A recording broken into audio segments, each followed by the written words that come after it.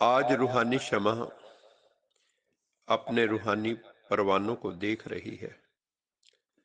चारों ओर के परवाने शमा पर फिदा हो गए, कुर्बान हो गए। परंतु कुर्बान होने के बाद शमा के स्नेह में, शमा समान बनने में, कुर्बानी करने में बच्चे नंबरवार हैं। वास्तव में कुर्बान होते ही हैं दिल के स्नेह के कारण। दिल का स्नेह और स्नेह में भी अंतर है। स्नेह तो सभी का है, तभी तो स्नेह के कारण कुर्बान हुए। लेकिन दिल के स्नेही बाबा के दिल की बातों व दिल की आशाओं को जानते हैं और पूर्ण भी करते हैं। दिल के स्नेही बाबा की हर आशा को कर्म में लाते हैं। स्नेही आत्माओं के कुछ दिल में समाता है, लेकिन कुछ दिमाग में समाता है। जो दिल में समाता है वो कर्म में लाते हैं, जो दिमाग में समाता है उसमें सोच चलती है कि कर सकेंगे कि नहीं कर सकेंगे। दिल के स्नेही स्नेह के पीछे जो बाप ने कहा उसके लिए कुर्बानी कर देते हैं, अर्थात अपना मैंपन, अपनापन, अहंकार, अपनेपन का अभिमान, अपनी कमजोरियां, कमियां सब कुर्बान कर देते हैं, त्याग कर देते हैं। इसको कहते हैं कुर्बानी। बाप को खुशी है कि सब दिल के स्नेह से आए हैं और वरदान प्राप्त कर रहे हैं। बाबा ने कहा अपनी मनसा वाचा कर्मणा पर अटेंशन रखना है, क्योंकि संबंध संपर्क में जब किसी के आते हो तो बोल और कर्म ही दर्पण बन जाते। आपके बोल और कर्म से ही आपके रिश्तों के ऊपर प्रभाव पड़ता है। अगर बोल और कर्म शुभ भावना, शुभ कामना युक्त हैं, अगर बोल और कर्म शुभ भावना, शुभ कामना युक्त नहीं है, तो मनसा सेवा शक्ति का प्रत्यक्ष रूप कैसे समझ में आएगा। इसलिए बोल और कर्म भी शुभ भावना युक्त होने चाहिए।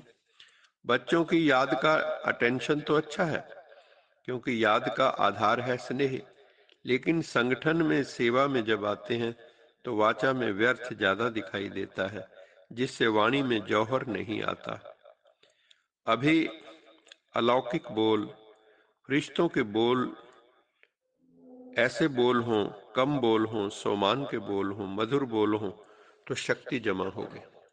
साइलेंस से संकल्प शक्ति जमा होती है। बाबा ने कहा वाणी मधुर बोलेंगे, अलौकिक बोल बोलेंगे तो वाणी की शक्ति जमा होगी। वाचा और कर्मणा, इन दोनों शक्तियों को जमा करने की स्कीम बनाओ। व्यर्थ को बंद करो।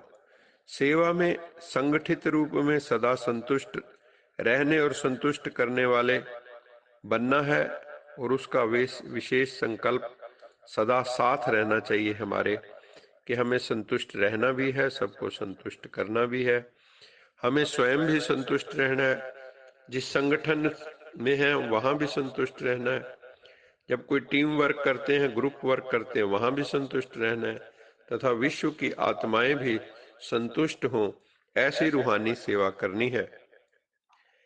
अज्ञान की नींद में सोए कुंभकर्णों को जगाकर प्रभु पिता का साक्षात्कार कराना है। सभी को संपर्क द्वारा समीप लाना है। सभी को रूहानी दृष्टि दो। हमेशा आशीर्वाद के बोल बोलना है। आप प्रभु के प्रतिनिधि बन जाओ। अपने द्वारा प्रभु पिता का साक्षात्कार कराओ। अनेकानेक आत्माओं को स्नेही, सहयोगी और संपर्क में लाते संबंध में लाओ। वो माइक बन जाएं और आप माइट बन जाओ। सदा उमंग, उल्लास, खुशी में आगे बढ़ते जाओ। व्यर्थ की बातों में ना कभी अटकना है, ना कहीं रुकना है। बस प्रभु वरदान से उड़ते रहना है। अभी फरिश्तों के बोल बोलो। कर्म संकल्प भी फरिश्तों जैसा हो। यदि क्रोधी बन आपका कोई सामना करे, आपका कोई अपमान करे, इंसल्ट करे, कोई गाली दे, उसमें भी डगमग ना होने का साधन क्या है? उस आत्मा के प्रति भी कल्याण की शुभ भावना रखो। किसी से भी नफरत नहीं करनी है, इंसल्ट नहीं करनी है। हर कोई बदल रहा है, इससे सबके संस्कार ऑटोमेटिकली परिवर्तन हो जाएंगे।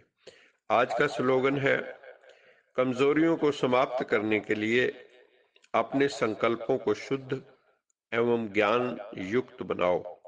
कमजोरियों को समाप्त करना है तो क्या करना होगा? अपने संकल्पों को शुद्ध बनाना होगा, ज्ञान युक्त होकर व्यवहार करना होगा।